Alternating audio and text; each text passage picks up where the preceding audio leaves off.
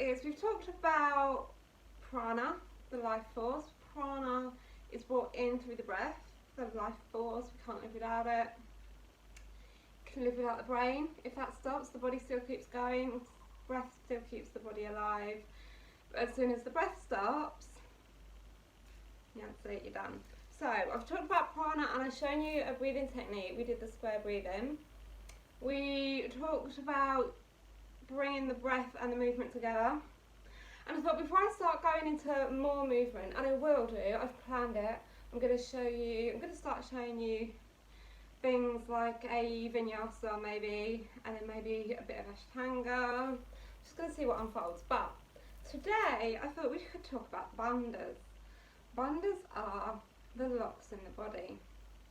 So the three bandhas I'm going to talk to you about are Mula Bandha, Uddiyana Bandha and Jaladhara Bandha. So your Mula Bandha is, if you think about when you need to wee and you need to hold on to that and just contract that about 30%, that's your Mula Bandha, it's your pelvic floor, and you just need to suck that up about 30%. Your Uddiyana Bandha is a little bit higher, and to activate your Uddiyana Bandha you just want to pull your navel towards your spine, and the both those bandhas, they're locks in our body, they're energy locks, so they keep the energy. It's like as we're moving through the yoga pose, they keep the energy where we want them. So you've got Mula, holding onto your pelvic floor, Uddiyana, just gently pulling navel towards the spine, only about a 30% contraction. So if you pull in at 50% or even up to 100%, you're not going to be able to maintain that through your practice. So those are the two main ones that we try and keep hold of through the whole practice, through each asana, especially standing asanas.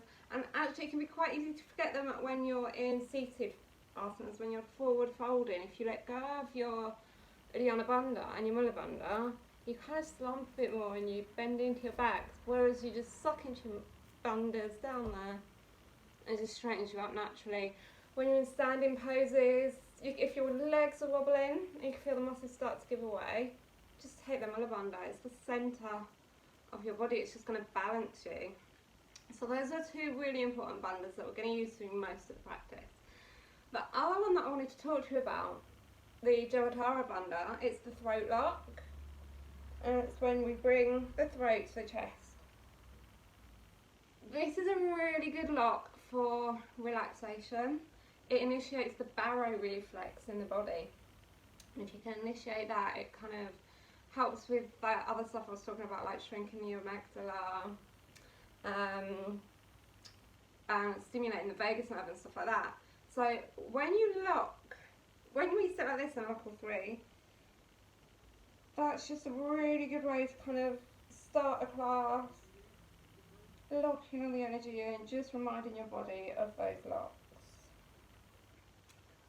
Now, the reason I'm talking to you about this is just because I want you to start focusing on those two, Mula and Uddiyana.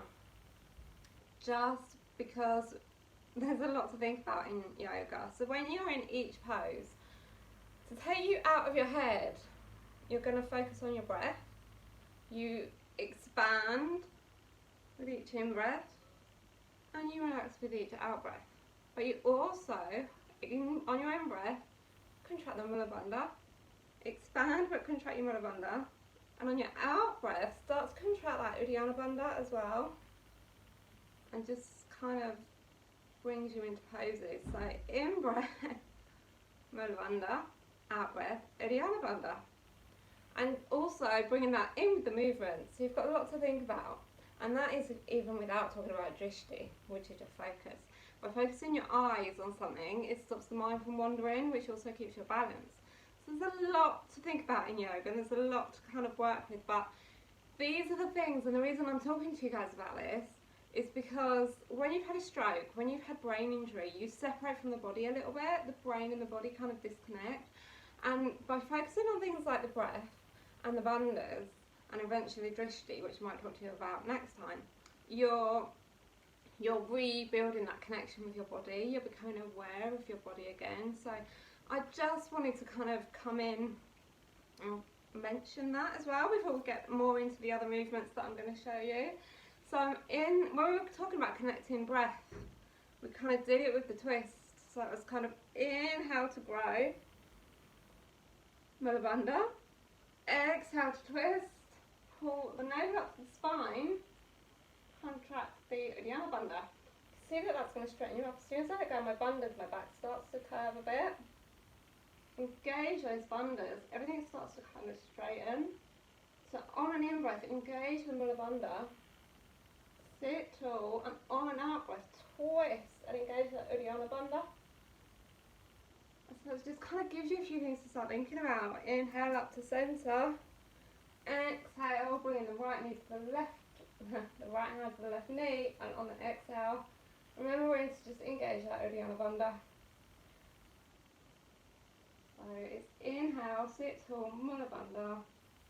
Exhale, twist, Uddiyana Bandha. Especially in the twist. When we're in yoga, we kind of don't move this area because we hold onto that bandha the whole time. And just inhale, back to the centre. And exhale to relax. So those are just like the little kind of things that I thought I wanted to teach you first before I start going into the big poses. So I taught you a breathing technique. I hope you've been using it. It was the square breathing. And that's just going to start stretching the lung capacity. When you're doing pranayama and breathing techniques, you kind of want to do the don't worry too much about your bandhas. I think that will just start to come on naturally. So just when you're doing your square breathing and you're holding on to your bandhas here, you're going to start to sit taller anyway in your meditation. But at this stage, I don't think, like if you're square breathing, don't worry about your bandhas. I'm also going to teach you a little bit of yogic breathing, I think, as well, because I think we need breathing techniques and Magdala shrinking stuff right now. But yeah, I just wanted a quick lesson on that today, and then I'm going to start putting together a bit more kind of, I think I've got written down somewhere a 15-minute Ashtanga. If we can do a 15-minute Ashtanga, I'm going to quickly show you that. But I'm going to bring it down, ground it a bit more, so that if you have had brain injury and strokes, you can kind of start seeing how to get into the poses. So yeah, that's today's lesson, the locks in the body. The Jaladhara Bandha, this one kind of initiates when you're in bridge pose, when you're in shoulder stand. When you're in bridge pose, let me just do a quick one. When you're in bridge pose and you're bringing your hips up to here, you're engaging all three locks. Mula Bandha, Uddiyana Bandha, you bring your ribs to your hips, and Jaladhara Bandha is engaged. All the energy, we normally do this near the end of a class, all that energy that you've just created is then being locked in your body so it can start to circulate. But you're initiating that barre reflex here. When you go up into a shoulder stand, I'm not going to fully do one like now, but when you go up into a shoulder stand, you lock that Jaladhara Bandha, and you kind of initiate that barre reflex, which just kind of creates some really nice relaxation energy. That's why we kind of do them towards the end of a class, because we're bringing the energy up. But if you're ever really stressed, there's a really good poses. Get into the bridge, or even if you can't get up into a shoulder stand, grab your buttocks, come onto your back, get your books under your hips. Just start getting used to that feeling of having your feet above your head, unlocking that Jaladhara. Hear my breath still a bit. Just stuff like this is really, if you can do this for like 5 to 10 breaths, it's gonna start.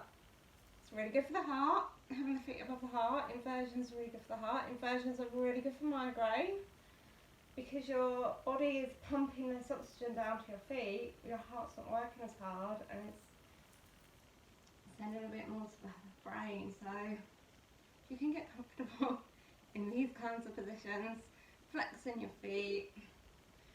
You're just going to start finding little ways to relax. So that's today's tip for you. And I just think it's important to kind of know those things before you start in yoga. If you're doing yoga without the Uddiyana bandhas and stuff like that, it just makes it a bit more difficult, especially if you're following someone online and you haven't learnt this stuff. So I just thought I'd teach you these little things slowly, so if you're following me from the beginning, you can kind of get it all together.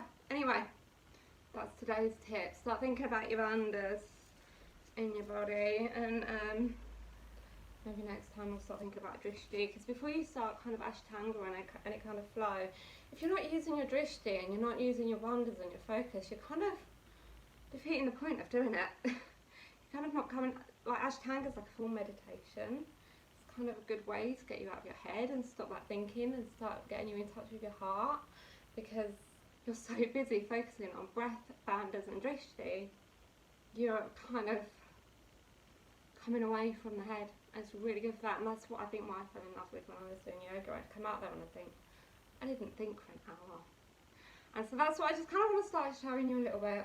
Anyway, have great days. Namaste.